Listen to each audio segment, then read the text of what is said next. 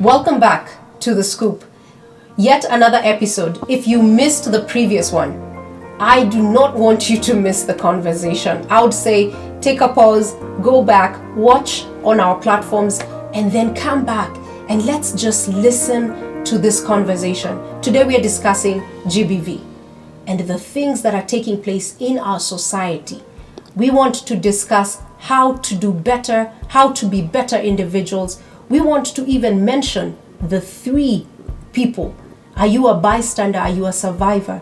Or are you a perpetrator? Join us as we continue our discussion on The Scoop.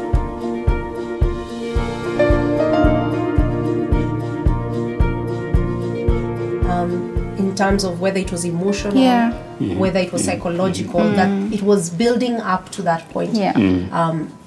Because I truly don't believe someone just wakes up one day and hits somebody. No. Whether male or female, but it must have started From somewhere. Yes. From somewhere. Yes. So it's important to note what because some of us may be going through it, but you've become so used to that environment, you don't know any different. Sure. And also what society talks about. Society doesn't. You're right. Yes. During these days, not really the COVID period, but also even before, we hear of issues of baby mama and baby daddies. Okay. There's a lot of abuse that is happening there, but people don't really pick that it's actually abuse. A father takes a child from the former spouse, stays with them, and says, you have complete no access. Don't talk to me. Don't talk to the children. It might seem as okay, maybe because this lady is not providing, or maybe this man is not providing. That's why they've taken the child. Yes. Now, your accessibility to your child is not a privilege. It's actually a right. Also to the child. All right. So it's a right of the child and the right of the parent. Yes. Okay. So, but the way it's done, somebody will say that I'm doing it because he's not doing ABCD or she's not doing ABCD. All right. Actually, WHO has had some proposal being sent to them that should be categorized as a form of abuse to children and also to adults. Parental alienation. Wow. Yeah. Because that person becomes psychologically disturbed. Yes. They'll not be able to go to work comfortably. They'll not be able to go even to church because you go to church and people know so and so is somebody's wife. But where are the children? Where is the husband? Yeah, they are no longer a unit. They used to be a unit. So somebody says, you're right. I want to go to church. I don't want to go to church, or I'm changing churches completely. Or I'm changing. I'll even move apartments. And you see it a lot in society, and I think what we've kind of excused it as someone's journey in moving on, quote unquote. Yes. You split up and we say, oh, it's your journey. You leave church, you know what? It's a journey. It's a journey. It's a separation. Separation is very dirty, it causes, it's literally a rift. It's that rift. And so when people see the physical rift happening, granted there's the emotional one going on, but they don't. But people excuse it. Yeah. And the realization that my church or my workplace does not support me in this situation that I am in, you feel psychologically disturbed because if that happens to another member in the church, let's say people will support, or if there are children who are suffering somewhere, will support. But how about parents of those children? Parents of the children. Yes. Oh my goodness. Okay, so I have so many questions, and granted, I suspect there'll be a new form of abuse with COVID going on because there's a lot of families that are now being almost, ostracized because either somebody passed away from their family with COVID. It's become the stigma behind it that people will pass and say, hey, that house I can't even deliver. And I read a story of that, where some parents were told by the person who delivers milk that, hey, we can't deliver there. You guys, your loved one passed on from COVID. Yet they don't stay in the same house, mind you. But I suspect there will be that case, those cases that come up.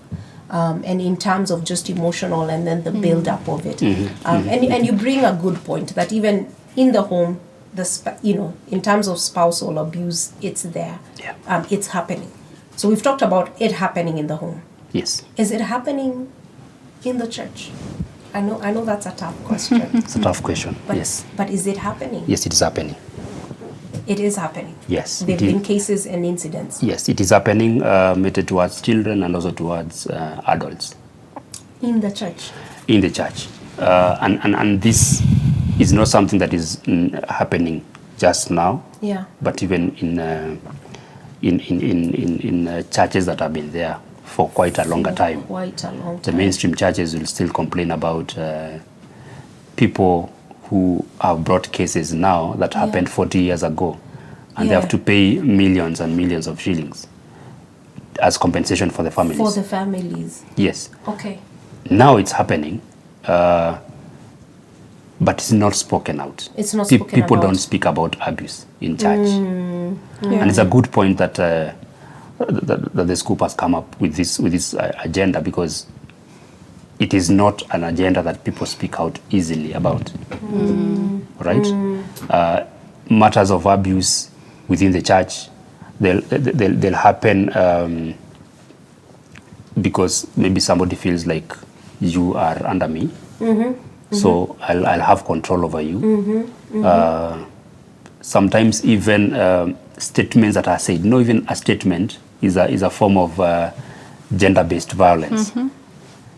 Like, there are comments that somebody can even make. Verbal abuse. Verbal abuse. Yeah. Somebody can make from a point even on the pulpit. Yeah. Right? Yeah. Somebody can say that even when you're doing praise and worship. Wow. Some statement. And these are not things that somebody will speak out and say, no, you can't say that to me. Yeah, because there's a certain aspect, or there's a hierarchy that most religions have that. Yeah. Yes. No matter where. Yeah. There's a particular hierarchy. Yes. That the person who said this is higher than me. Yes. Yeah, so I can't quite, I almost can't, and I don't know whether it's also an African culture where you feel you can't quite speak back to that person. However much you're offended. I think, yes, our culture. I think there's that African side of things. Yes. And probably it's also happening globally, where whatever religion that you are, where you feel, okay, this is the person who's the highest in this, and if they say this, it goes. If they tell us, and probably that's how it's easy for certain cults to start up, and certain, because people are looking, granted there's always a void in us, and we've always had this, that human beings crave that relationship. Yes. And no matter who feels that, unfortunately, they will lean towards, they will bend towards it. Yes. And you will hear cases of so many people past, even historically, where you hear a whole cult group has taken, they've taken poison and they've all died. And you always wonder, well, those same people, those are people who had PhDs, some of them are the ones who went to school. So in short, abuse happens in every single unit of society. Yes. But I want to talk about the church.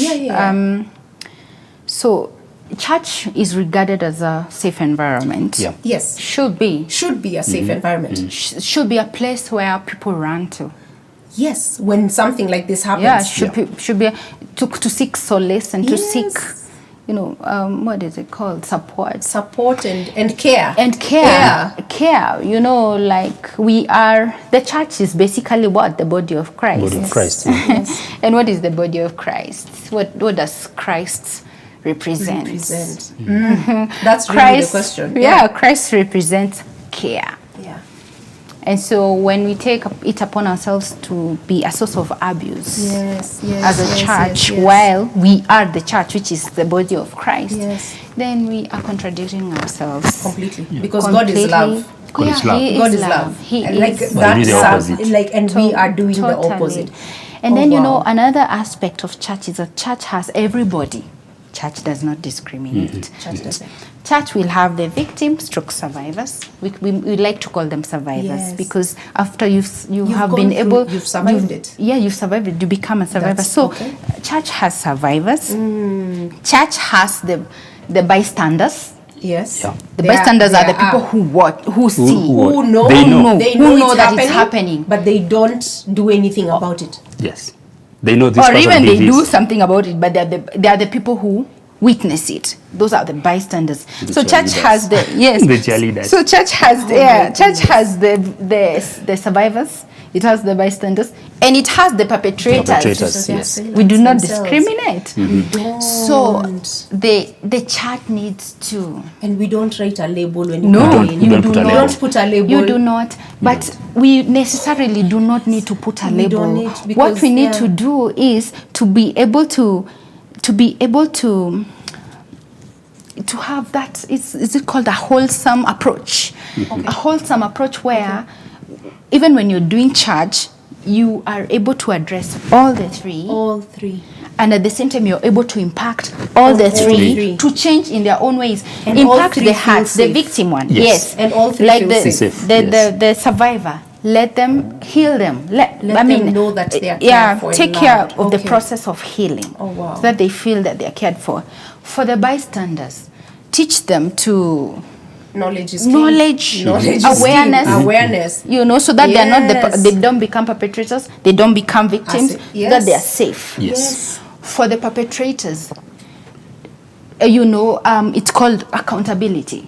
Let them be accountable to know that whatever it is they've done is wrong. That the God is not a God of forgiveness only and mercy. He's also a God who is just. Yes. He's a judge. The just God. So let them know that whatever it is that they're doing, accountability. There's accountability. But then still care for them, bring them back to the fold. Christ leaves the 99 and goes to seek that one. That perpetrator.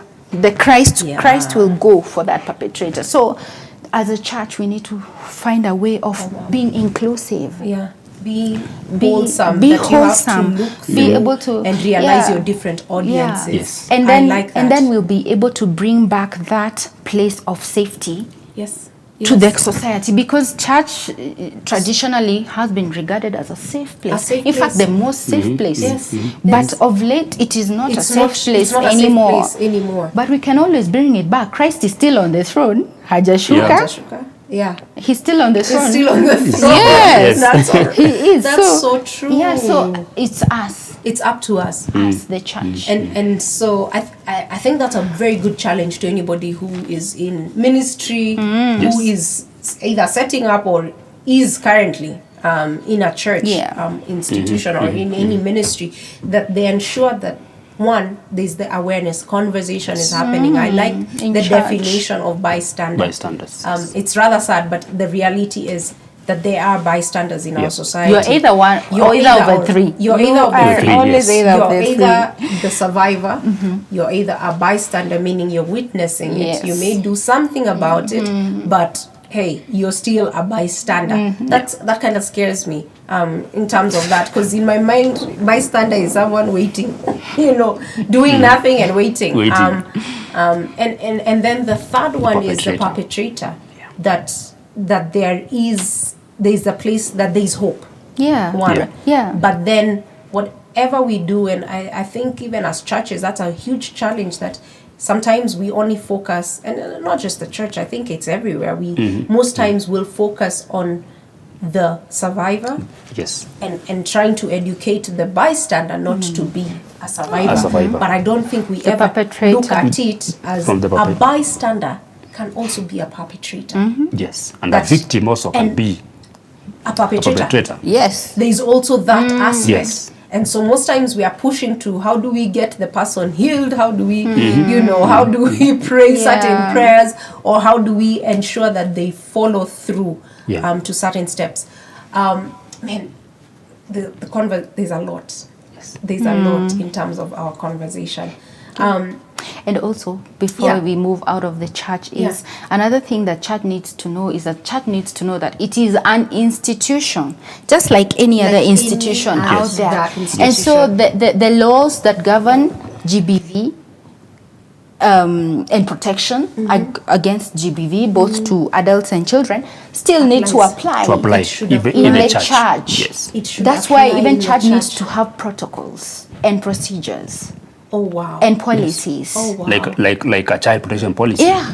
Like, So they we should have have Sunday their schools. own. Do we have Yes. child protection I was policies? going to say, yeah. Do we? I remember. Yeah, I as think it was a churches. conversation we were having with you in terms of of Sunday school and saying how the caregivers in Sunday school have they all gotten either certificate of what's good the word? conduct. Good conduct. That's a basic thing. that's That a if you're basic thing. dealing with a basic. child, you need to have certificate of of good good conduct. conduct as a Because it start. tells us Who you have you are. been who you are, your history. Have you been ever reported for a crime? But Yeah. does it highlight if you come from a family of criminals? No, it just highlights you as a person. Because Be- that's because also you're dealing maybe- with you. Yeah, it's you Not a personally. family. The government is dealing with you. With so you. to I give get you you. that- It's true. You're dealing with me, but there are certain crimes, and maybe your criminology background will show that there are certain crimes, not necessarily DNA based, but because of nature versus nurture. You've grown up in a home where there a were violent family. in a violent family. Yeah. It's not always the case, but there's a high chance, a high likelihood that you then end up being somebody who's violent later in life. And so it's just an interesting aspect that, how do you find out someone's historical, like you don't want to judge them, true. Yeah.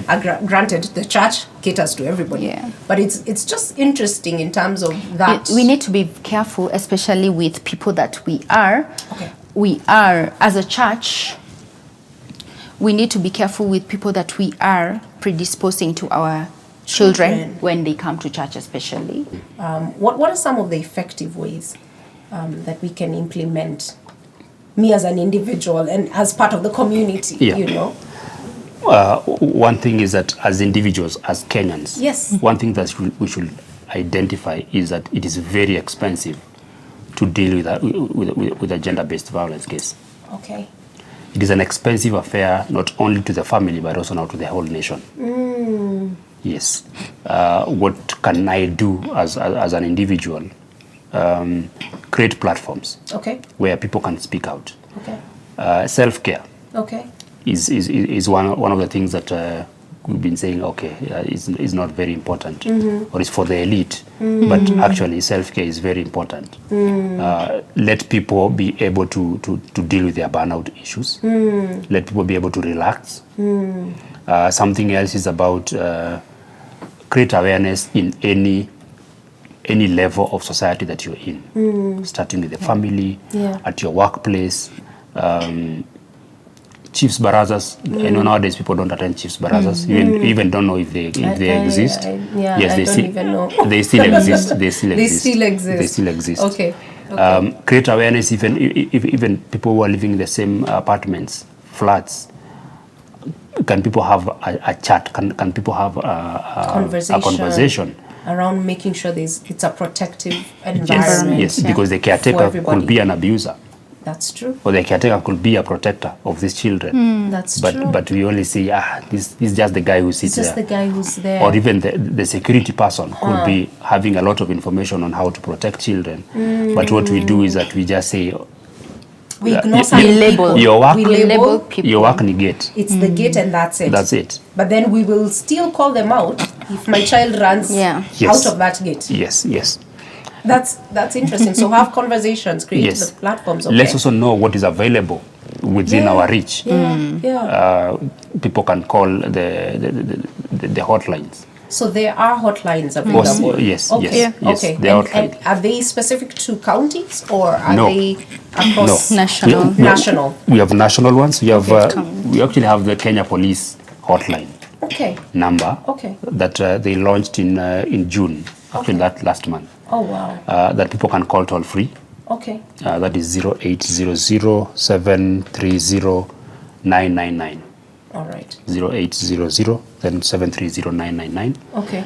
And then there's a GBV hotline, which is specific to for gender-based violence. Okay. Yes, Okay. which is run by the gender-based Recovery Center. recovery center Okay. in Nairobi. Okay. That is 1195 Okay. There's of course the usual 999, the police line. Yes. Then you also have child line, the child helpline 116. 116. Yes. Oh wow, so that's specific for child. Like if any issue yes going out, you call 116. Yes. That's something that can be attended to. Yes. Yeah. And then you also have other agencies that are working on the side of protecting people who have been victims of SGBV. Okay. And I think we can share their numbers with definitely, you. Definitely. We'll have because them you have on quite screen. a number of them. We'll have them on screen and just available that Yeah. anyone can reach out and just call for help. Yeah. I think that's it. So so that's the individual. And I think that covers a lot of the different aspects of a community. And you want to add anything to it? Yeah, I would love to add one thing that also as community we can do is to stop discriminating men. Like, because when we think about gender-based violence, we always think about, this violence is against a woman or a girl. Yes. But now we need to start including men. And the boy child. And the boy child in this issue of curbing GBV. Yes. We will not curb GBV without the help of the men, because the men are partners they are partners in the society. They are spouses. Yes. They are our brothers. Yes. They are the providers. Yes. So if we cut them out of GBV and portray them as the perpetrators only. Like that's the only label that they have. They don't fit survivor. Even when you hear they a survivor, you don't see a man. You don't see a man. Like you've literally emasculated him. And I know that's a huge gap. Huge gap. And it's a huge and it's gap. probably also a very big issue in Africa, where society considers men as you've got to be strong. You can't be weak. Don't cry. You can't cry. Yes, men can't cry and all those different things. Yes. Oh wow. So we need to include the men. Okay. And let them be part of the solution. Let them be part of the prevention of GBV. I like that. And I think our society will be better. We will have less cases of GBV. Oh wow. Yeah. Thank you so much. Thank you so much for coming to the Scoop. I don't know if you have a parting shot other than the different aspects that you just quickly want to tell anyone who's viewing, and you could be talking to a perpetrator, you could be talking to a survivor, and you could be talking to a bystander. But just real quick, in less than a minute, just quickly look into that camera and just say, give your message or just something to somebody who's watching today. My message to anybody who is out there who has been a survivor and you're still surviving it after going through a case of SGBV, we want you to come out and speak out and say these are things that somebody can come out of them. Don't shy off. If you are a bystander, ask yourself, what information do I have to help somebody who has been abused? And if you are a perpetrator, there's always room for change. There are people who are able to listen to you, people who are available to just to remove you from any challenge that you could be having. And to all the parents, please become friends of your children. Let them know that you've got their back. Let them know that you have their best interests at heart. And even society, let's not discriminate anybody who has gone through SGBV. Yeah. Thank you so much, Martin. Anne, something to share with the three different groups of people who are watching in or tuned in? I just want to encourage us, all of us who are watching, and the whole nation of Kenya, that we are the government. We shouldn't look at somebody else is the government. You make the government. You are the voice of reason when it comes to GBV. Today you decide GBV will not happen. It will not, because you'll make every individual in this nation will make a choice whether to help increase GBV or to bring it down. So be the voice of reason to bringing the issues of GBV down. And that is my parting shot. Fantastic. Yeah. Thank you so much. It's been a pleasure. Martin, it's a pleasure to have met you and to have had this discussion. Thanks for indulging me. in this conversation, but let's have this conversation going.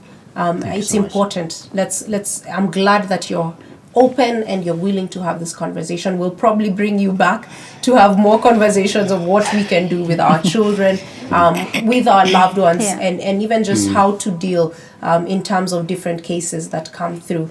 Remember, to our audience, we will have a lot of the information on the screen, and so feel free to get in touch with us. This has been one of the scoop that we have wanted to work hand in hand with Care Ministry. So thank you so much, Anne, for coming. It's been a pleasure, and I can't wait for you all to come back to the scoop for the next hot topic.